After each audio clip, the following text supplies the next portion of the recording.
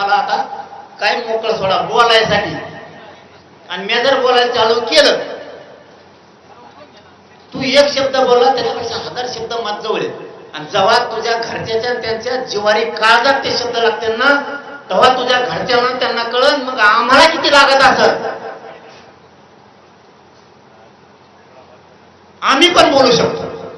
तुमच्याबद्दलची सगळी माहिती आम्हाला, तुम्ही जेवढे बोलतात ना 7-8-10 जण, सगळी माहिती मला पुरी. आमचा मोबाईल गज भरत आलाय.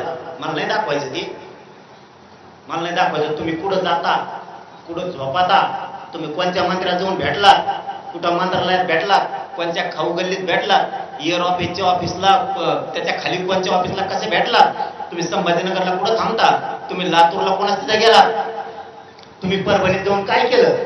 आता एका मंत्र्यांनी ध्यानात आलं म्हणून सांगतो. आता मीडियावाल्यासाठी महत्वाचं आहे, मला बोलायचं नव्हतं पण बोलतो, जाऊ द्या. एका मंत्र्याने जाऊन माझ्या विरोधात एका माणसाला 2-2 कोटी रुपये द्यायचे ठरवलं. संघटनेला, एका संघटनेला 2 कोटी जरांगे पाटलाच्या विरोधात बोलायचं. 15-16 पोत आकडा गेला त्यांचा. फुकट पैसे म्हणल्यावर त्याच्या 2 कोटीच्या तुझ्या जरांगे पाटलाच्या विरोधातच बोलायचंय ना, ही लय गंभीर बाब आहे. आणि मला माहिती कळेल, मला माहिती कळाली. मी म्हणलं त्याला म्हणा नीट काय म्हणलो बरं का, मी खोटं नाही बोलत, आज सांगून टाकतो तुम्हाला. म्हणलं नीट काय, तो या मतदारसंघात तुला फिरतात नाही कशाला गाडीत लावून गुंतून घेतो. ज्याला 2 कोटी देणार होते तेच माझ्याकडे आहे, शपथ खोटं बोलत नाही. ज्याला 2 कोटी देणार होते, 17 नंबरचा म्हणजे 16 झालत्या संघटना झालत्या म्हणतो मी, पण जातवान इमानदार त्याच्यात एक जण निघाला. त्याला नाव विचारलं नाही मी, नाही तर नाव सांगितलं असतं. दुसऱ्या वेळेस विचारेन तुझं नाव सांगू का. त्याला इमानदार म्हणला तर नाव सांगणाराला अहो टाळ्या वाजल्या नाही तर काही केला पाहिजे. जातवान असतं रक्त म्हणायचं ते किंवा माझ्याकडे आला डायरेक्ट किंवा मला म्हणते आत्ता 2 कोटी घे, लगेच मंत्र्याचा फोन लावतो. तो आहे घरी पोहोच नाही तर तू घ्यायली. ते रात्रभर झोपला नाही, तो संघटनेचा अध्यक्ष झोपला नाही. सूर्य उगताच अंतवाली रातभर झोप नाही आली. असं षडयंत्र सुरू आहे. मला म्हणले होते पण माझ्या दाजी असे कधीच वागले नाहीत. मला नाही वागायचं. लात मारतो म्हणजे मी असल्या पैशाला, पण मला जातीच करायचं, तुमच्या सोबतच राहायचं.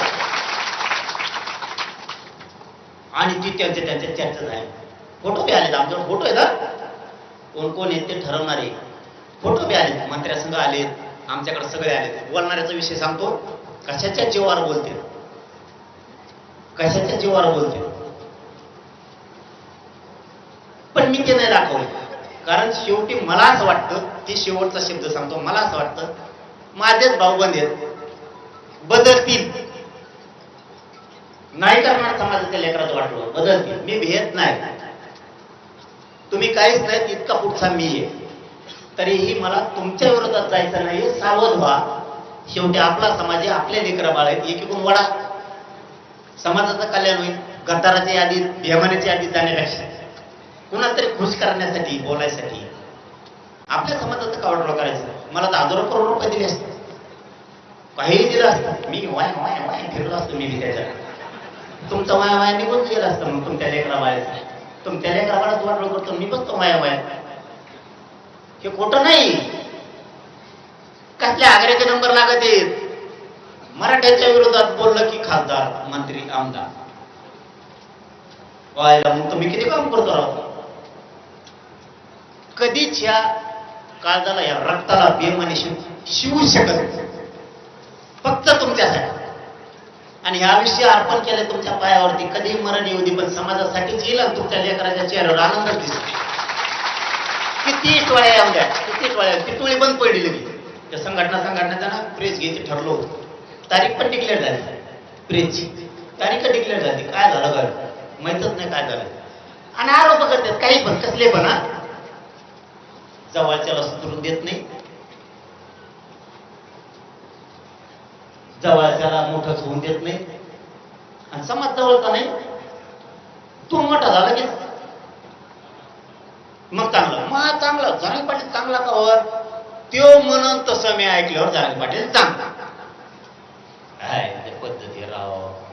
आणि जरांगे पाटलांना नाही ऐकल्यावर हे चांगला नाही देऊ का पैसे इथं पैसे नसते इथं जातवान मराठ्याच्या अवलादीसारखं वागायचं निस्वार्थ काम करायचं जातीसाठी तर माझ्याकडे जण यायचं नाही.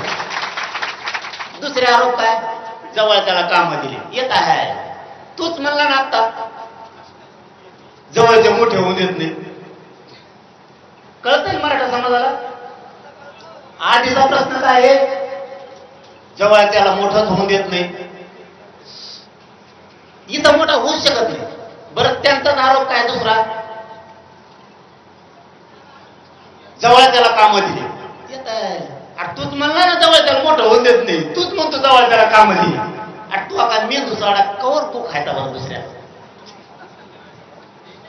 काय गरज पडली त्याच्यावर. कष्ट करू शेतात राबू लेकराबाला मोठे करू त्यांचे पैसे घ्यायचे त्याचं ऐकायचं मग बोलायचं.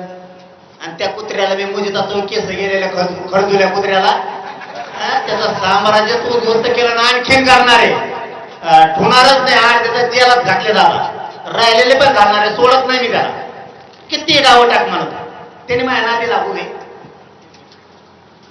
त्यांनी माझ्या नादी लागायचं बंद केलं पाहिजे. लय देवारा करेन मी त्यांचा.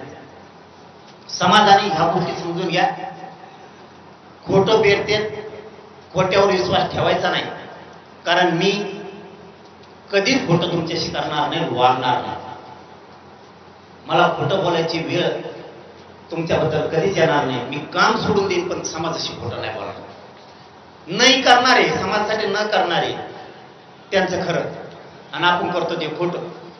आणि खोटं असल्यावर काय हे काय जमलं हे आल्यामुळं येत असतं का कोणी येत नसतं. गद्दारण बेमानी केल्यावर कोणी येत नसतं. इथं मराठी त्यात आपण काही लावणे येत आपण सगळे पाडलंच आपण फुगीर येत मग काय बोललं नाही म्हणते कोणासाठी. यांनी मानावर मान टाकली ना तर तुम्ही माझ्या खांद्यावर विश्वास टाकला ना तुम्हाला मरेपर्यंत तुमचे मान खाली होऊ देणार नाही मी कधीच. यांना करू द्या काय करायचं विषय तो सोडून द्या. शांततेत राहायचं. कुणी काय करायचं नाही. कोणाला काय बोंबलायचं तर बोंबलं. 2.5 वर्ष मागं जाऊन बघा बोंबाळणारे पुढे म्हणून म्हणतो तुम्ही शांत राहा. मी खाता आला काय पिलेला सोडतच नाही. घेऊन द्या आनंद सध्या पैसे चोरावर त्याच्यावर थोडा आनंद घेते घेऊन द्या बोलू द्या फक्त कथाट्या द्याव द्या पिलेला एकदा. तर मनोज जरांगे यांच्या या पत्रकार परिषदेकडे आपलं लक्ष असेल पण तुर्तास एक छोटासा ब्रेक घेतोय. पाहत रहा एबीपी माझा.